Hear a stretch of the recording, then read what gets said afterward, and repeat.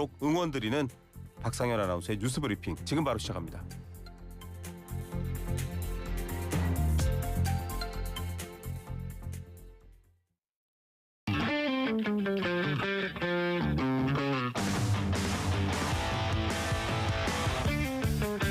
네, 오늘도 여러분들의 시원한 거래를 책임질 시원한 뉴스를 책임질 정보거래죠. 네. 박상현 아나운서 나오셨습니다. 어서 오십시오. 네, 안녕하세요. 박상현입니다. 제가 뭐 특정 서비스 이름을 얘기할 수 없어서 당근색 앱 이런 네, 거 중고 거래 맞습니다. 앱이죠. 많이 사용하고요. 그 네. 규모도 점점 커지고 있다고 그렇죠. 하고 저도 사실 뭐 최근까지도 이용했습니다. 이용하시나요? 저도 굉장히 많이 이용을 하고 있어요. 그래서 그 네. 온도로 그렇죠. 나타나잖아요. 체온처럼. 네, 꽤 높습니다. 몇 도인가요? 제가 지금 몇 도더라? 한 60도 되는 것 같은데요. 이 정도면 네. 자, 좋은 거래가 만들어질 네. 조건.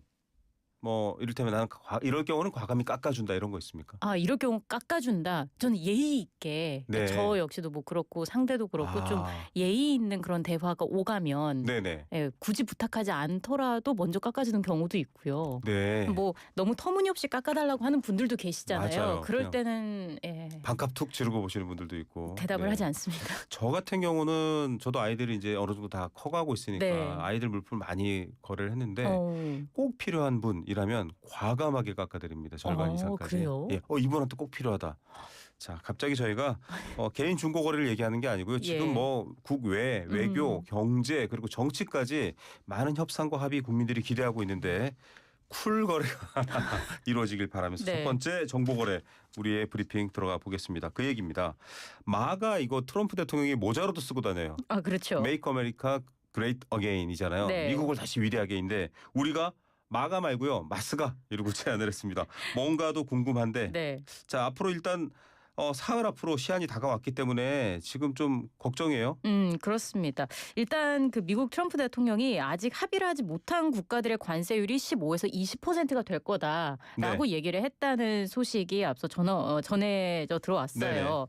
이게 이런 관세율이 적용되는 국가가 한 200개 나라고 15에서 20% 관세는 그 나라들이 미국에서 물건을 팔 때 치러야 할 비용이라고 네. 설명을 했습니다. 로이터 통신은 이런 관세율은 트럼프가 4월에 모든 국가에 기본 10%의 관세를 적용하겠다고 밝힌 것보다 훨씬 높은 수준이다라고 지적을 하기도 했습니다. 맞습니다. 뭐 50% 불렀다가 30% 불렀다가 다시 그러게요. 15% 유럽하고도 그랬잖아요. 트럼프의 어떤 방식 같기도 하고. 네. 그래서 우리나라 조선업이 협상 돌파구로 떠올랐습니다. 조선업 배를 만드는 건데 아까 제가 마스가 얘기했잖아요. 네. 마스가가 뭔가요? 그러니까 결국에 앞서 말씀해 주신 것처럼 그 마가라는 게 트럼프 대통령의 대선 구호잖아요. 네. 여기에 조선업, 쉽빌딩이라는 단어를 추가를 한 거예요. 그래서 그 약어로 네. 마스가가 된 겁니다. 마가 마가에서. 사이에 S가 끼었군요. 그렇죠. 그래서 마스가라는 이름을 붙인 수십조 원 규모의 조선업 협력 프로젝트를 이야기를 하는 겁니다. 미국이 이렇게 관심 갖는 이유는요? 뭐 크게 두 가지로 볼 수가 있을 것 같아요. 일단 조선업을 재건해서 제조업을 부흥하기 위한 목적이 있을 네. 거고요. 또 중국의 해상 패권 견제를 위해서 또 관심을 갖는 것입니다. 정부는 미국의 높은 관심이 확인이 된 만큼 조선업을 관세 협상의 핵심 지렛대로 보고 있습니다. 네. 일본보다 기술력이 앞선 만큼 한국이 꼭 필요한 상대라는 점을 강조해서 관세를 낮추겠다라는 전략인 거고요. 예. 우선 정부는 현지 조선소 지분 투자나 인수 등 투자 확대 방안을 제시한 것으로 보이고 이걸 뒷받침하기 위해서 정부가 대규모 대출과 보증 등 금융 지원을 하는 방안도 거론되고 있습니다. 예. 여기에 상선, 군함 등 공동 건조랑 기술 교류, 인력 양성 지원까지 전방위적으로 협력이 논의됐을 가능성도 있습니다. 이에 국내 조선업계도 정부와 논의를 하면서 투자와 협력 확대 방안을 모색하고 있는데요. 오는 31일 관세 담판을 앞두고 일본에 이어서 EU까지 미국과 협상을 타결지으면서 우리 정부의 부담도 적지 않을 것으로 보이는 상황입니다. 예.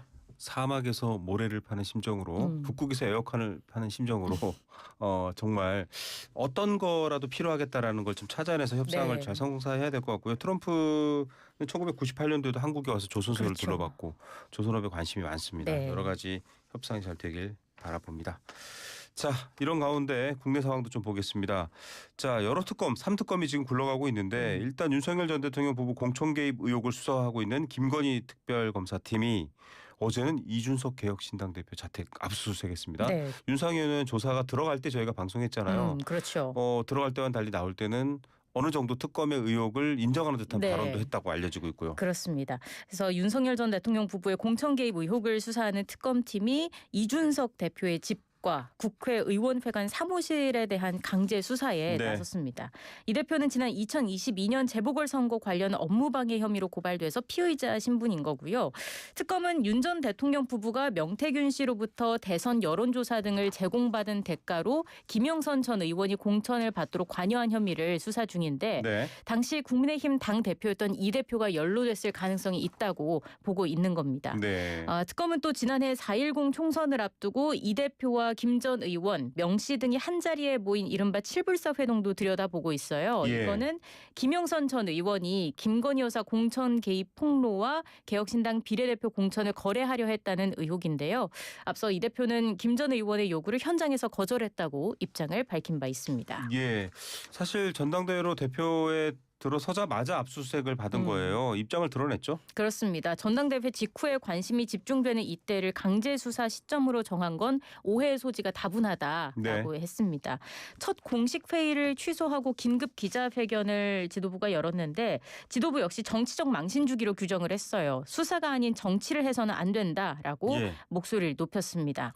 한편 사정이 이렇다 보니까 국민의힘과의 연대 가능성도 다시 또 주목을 받고 있습니다. 당시 국민의힘 당대표였기 때문에 이준석 개혁신당 대표가요. 그렇습니다. 그래서 소속 의원들을 향해서 특검 수사망이 지금 국민의힘에 조여오고 있는데 비판에 동참을 했어요. 송원석 비대위원장이 정당 대표가 선출된 직후에 압수수색이 이루어진 점에 대해서 국민과 함께 분노한다라면서 이 대표를 좀 엄호하는 이준석 대표에 대해서 국민과 함께 분노한다. 그렇습니다. 특검 행태에 대해서. 네, 그런 목소리를 냈는데 개혁신당은 즉각 선을 그었습니다. 선을 어떻게 그었습니까? 천하람 원내대표가 관심을 좀 꺼주셨으면 좋겠습니다라고 얘기를 한 거예요. 참 애매한 상황이 됐네요. 그렇습니다. 자신들은 특검 수사를 통한 진상규명 필요성을 주장해온 만큼 국민의힘과 다르다라는 점을 맞습니다. 강조한 것으로 보입니다. 뭐 개혁신당이라는 당을 따로 내걸고 어차피 또 과거에 여러 가지 악연이라면 악연이라는 사건이 있기 때문에 이렇게 언급하는 것조차 관심 좀 꺼주셨으면 좋겠다라는 표현으로 얘기했네요. 자, 다른 특검 소식도 좀 알아보겠습니다. 김 여사, 김건희 여사의 오빠 김진우 씨를 소환했는데 이 목걸이 관련된 여러 얘기도 있었고 양평 공지구 수사도 지금 있잖아요. 그렇습니다. 하나씩 좀 말씀을 드리자면 김진우 씨 같은 경우에는 그 특혜 의혹에 불거진 경기 양평군 공흥지구 개발 사업을 맡은 가족회사 ESIND의 대표이사예요. 개발 부담금을 덜 내려고 개발비를 부풀린 혐의 등으로 재작년에 이미 재판에 넘겨진 상태인데 특검은 김 씨를 상대로 공흥지구 개발 과정에 대해서 따져 물을 걸로 보이는데 김 씨 관련 의혹이 또 있습니다. 지난 25일에 압수수색 당시에 김 씨 장모 집에서 그 김 여사가 지난 2022년 나토 순방에서 착용한 걸로 추정되는 목걸이가 발견이 된 겁니다. 해당 목걸이는 6천만 원이 넘는 걸로 알려졌는데 재산 신고 목록에는 포함이 되지 않아서 당시 정치권을 중심으로 재산 축소 신고 의혹이 제기됐었거든요. 어제까지 저희가 얘기했는데 김 여사 측은 이거 가짜입니다. 해외산 모조품이에요. 이렇게 입장을 냈죠. 이게 좀 엇갈린 설명을 한 거예요. 의혹 직후에 대통령실이 지인에게 빌린 거라고 해명을 했었는데 김 여사 측이 이제 모조품이라고 엇갈린 설명을 한 걸로 드러나서 또 다른 논란이 일고 있습니다.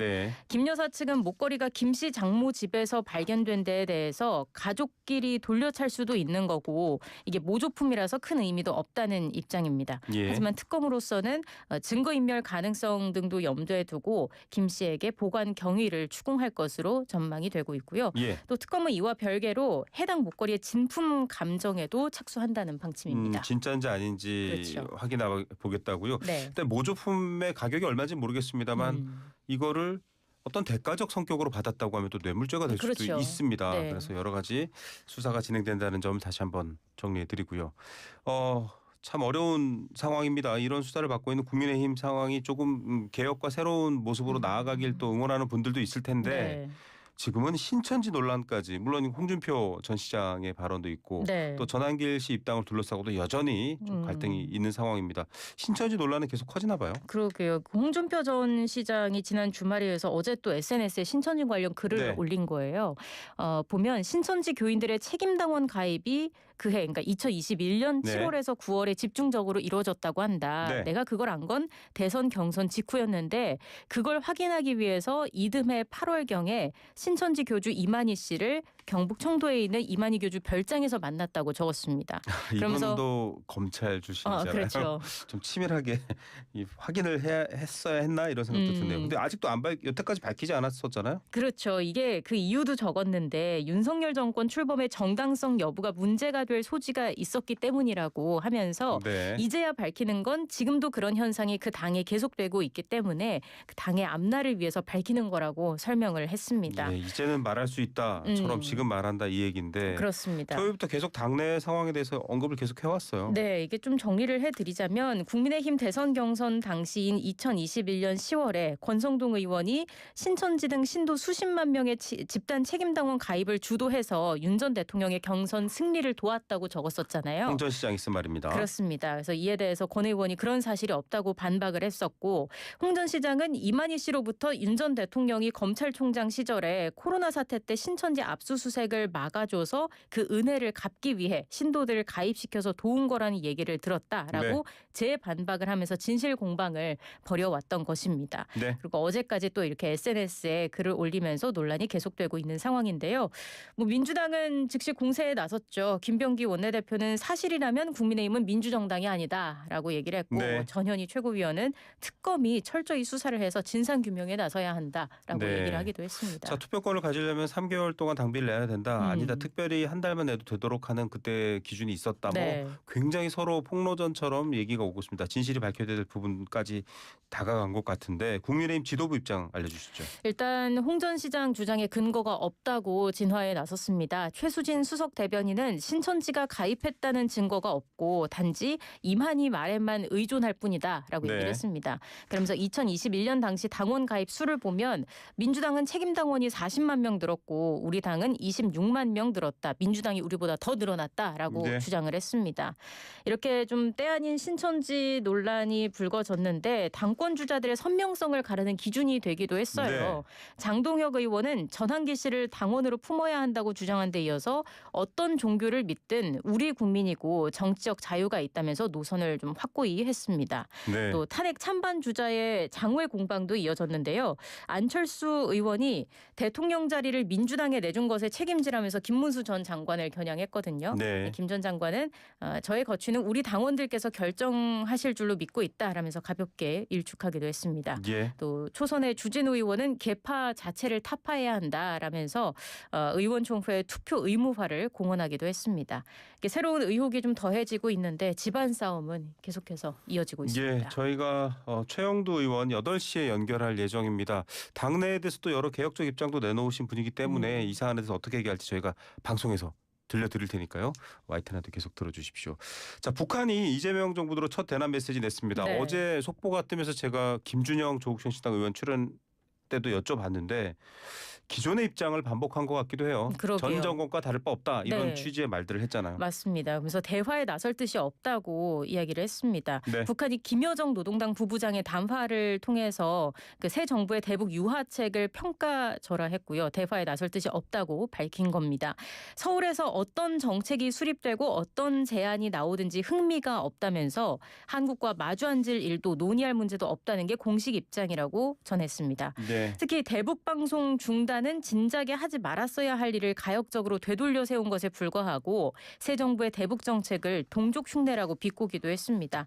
그러면서 새 정부 역시 한미 동맹에 대한 맹신 등 선임자와 조금도 다를 바 없다면서 한미 연합연습 중단을 압박했습니다. 이재명 정부 출범 후 50여일 만에 나온 첫 대남 메시지였습니다. 자, 특이하게 그 북한 쪽 매체 보도를 보면 북남 이런 말이 사라졌고요. 조한이라고 표현합니다. 맞아요. 우리 이미 다른 나라고 남이야 이걸 강조하는 건데 자, 우리 정부가 이런 북한의 태도에 대해서 어떤 입장을 취해야 됩니까? 첫 번째로 나온 입장은요. 일단 그 이재명 대통령은 평화적 분위기 속에서 남북한의 신뢰를 회복하는 게 중요하다고 했습니다. 대통령실도 평화 정착을 위한 노력을 지속하겠다고 강조했습니다. 역시 오늘 오프닝부터 내고 협상 얘기하고 있는데 쉽지 않습니다. 하지만 북극에서 에어컨을 팔아내는 마음으로 뭐든 잘 뚫어내길 응원해 보겠습니다. 오늘 뉴스 여기까지 듣죠. 감사합니다. 고맙습니다. 박상현 아나운서였습니다. 울림이 계속되는 모든 것들을 우리는 명작이라고 부른다.